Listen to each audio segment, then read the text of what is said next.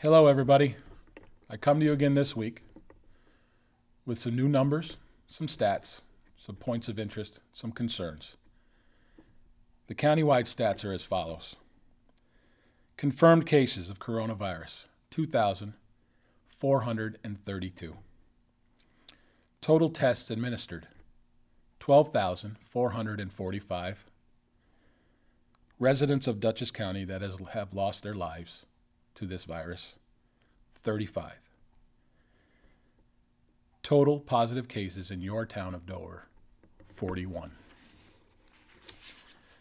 During this week's conference calls, the topic of reopening county and local governments was the main topic yesterday.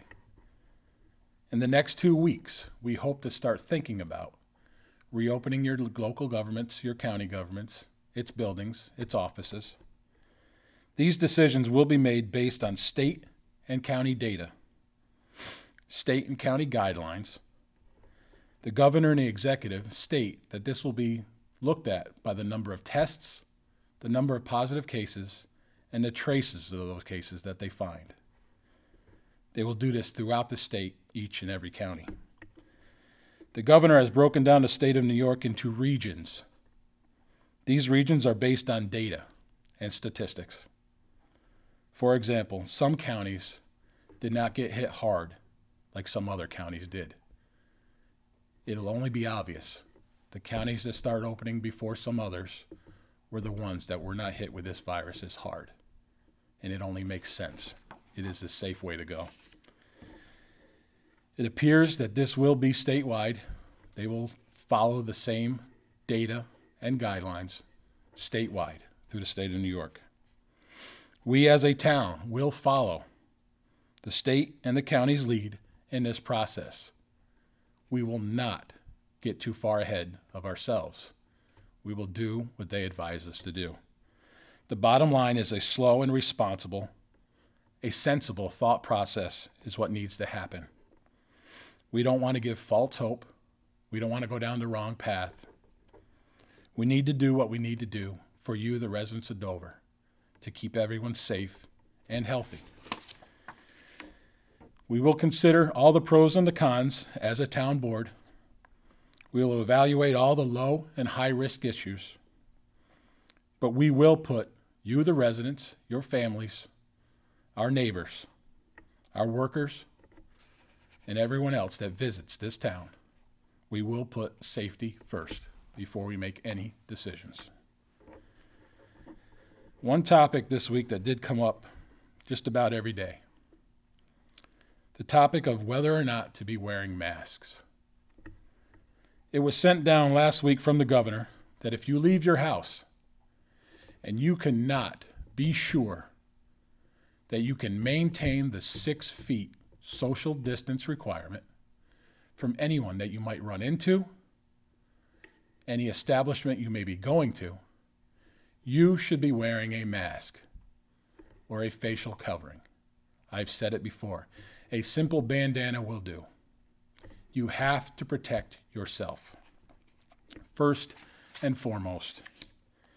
This goes for everyone, all essential businesses and its workers. It was stated they should be wearing masks. And they should be enforcing the people who come into their business to wear masks also, especially in the smaller shops, the businesses that have counters, where the workers and the patron will be in close proximity to each other. If you take responsibility by protecting yourself, you will not have to worry about someone else not wearing that mask. It is a barrier. It is a safety precaution. Be responsible for your own safety. If everyone thinks of that, everyone will be wearing a mask. I have spoken to some businesses that we were reported about. People need to be responsible in all of them. I made that point clear. We hope that they follow through with it. Do not rely on other people. Rely on yourself. For those residents and visitors that wear the masks and wear the gloves and be careful, we thank you. For the businesses that are enforcing that directive from the state, we thank you as well. We appreciate your cooperation. We know things are tough. We know they're hard. They're hard to understand. It's hard to maintain a balance, a routine each and every day. We all need to get out. We all need some fresh air. We all need a haircut. We miss the things that normally we would do. It's going to be like that for a little while longer. The social distancing, the hygiene practices, the masks, the gloves, the cleaning of surfaces and things that are touched common throughout your house, your workplace, and your vehicle. It is working. The numbers show that. They are flattening out. They are going down. Please, please, keep doing what we ask you to do. We thank each and every one of you that keep doing this. You are making a difference. Please remember that. For those of you who may need a mask, contact our clerk's office on Monday. Contact our town clerk, Katie Palmer House. She will lead you in the right direction of either obtaining a mask or getting one, or finding where you can get one. Sorry. Now for some issues and some business. Our regular board meeting for next Wednesday, the 29th, will go on as scheduled. It will be online. It will be on channel 22, DTV. We will be separated at safe distances, just like we were last month. Once again, no public will be allowed to attend that meeting.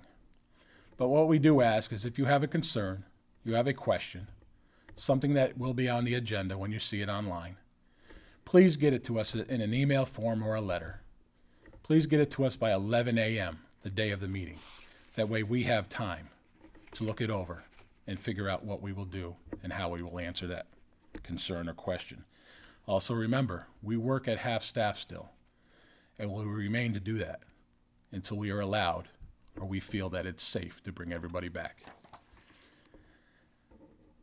The business that we conduct, our rec, our highway departments, our projects, we're still working, we're still moving forward. Our rec parks and playgrounds will remain closed until further notice. Stone Church will remain closed until further notice. And we will be covering the Stone Church entrances with our staff again this weekend. I have no problem with spending the money and paying my employees to make sure we keep the residents and our visitors to Dover safe. That is what we do. That is our job. To those of you who have called me, messaged me, have made the comments on social media, I do appreciate your concerns, both the good and the bad, your comments and your opinions, both positive and negative. I read them, I get them, I listen to them. The bottom line is, ladies and gentlemen, as your supervisor, it is my responsibility to keep everyone in this town safe. It is my responsibility to follow what is sent down from the state of New York and the county of Dutchess. I will continue to advise you of all executive orders and directives. That is my job. That is your board's job. We make decisions that some people will not like, but at this time that we are all in, our decisions are based on health and safety, responsibility and common sense for everyone, our families, our neighbors, the residents and the visitors of Dover, and our staff and our volunteers that work for you, the residents of Dover. I assure you all, you have my word.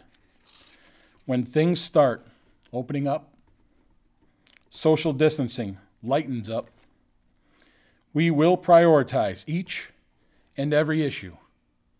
Our parks, our playgrounds, our businesses, and then make smart, responsible decisions on what should open first and what shouldn't.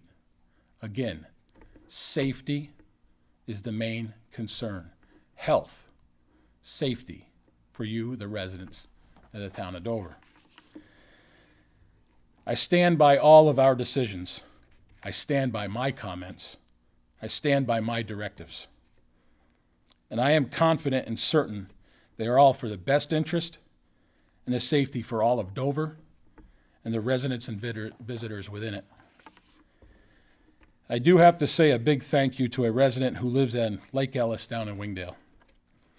Your kind words and your appreciation of these updates each week show that they are getting out and that people hear what we are trying to say and get out to the residents of Dover. I would also like to thank your neighbors as well. You stated in your email that they also appreciate our updates each week. They look forward to hearing what has been going on. They look forward to hearing the data throughout the county. I do these updates for the residents and for those who watch and who want to know what's going on in their county and in their town.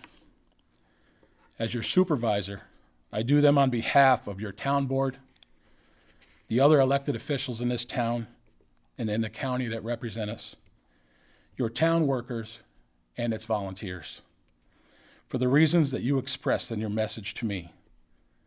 The need to know, the right to know, the concern, the respect for you, the residents of Dover.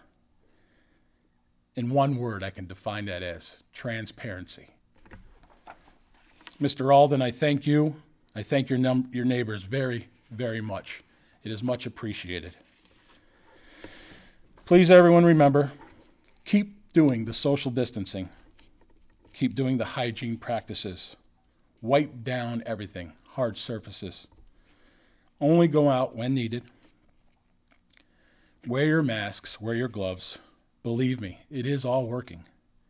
Continue to check our social media pages and our new website. It has been updated. Our IT department, led by Jeff, has done a fabulous job. We hope that it's more user-friendly, more informative, and it's the best possible situation that we can do. Look at it. Work around it. Look for our updates. It's all on there. Be safe, be smart, stay healthy. That's what we need to think about. We will get through this. We will get through it together. We are in it together. We are Dover. We are strong. We are Dover strong. We are one team, one town, the town of Dover. I brought up a couple quotes like I have been doing. I will keep that going as long as I can, but I felt they were fitting after the week that I had. I received many messages this week, many emails, many text messages as well. And I understand, people are tired. We are stressed, like I said earlier, but we will get through this. One word of encouragement can be enough to spark someone's motivation to continue with a difficult challenge. Roy T. Bennett. And also, do what you feel in your heart to be right, for you will be criticized anyway. Eleanor Roosevelt. I wish you all well. Let's think of those who may be sick and those that we may have lost. And most of all, think about and hope for the day when things are normal again. Good night, everyone. Until next time, #DoverStrong. Thank you.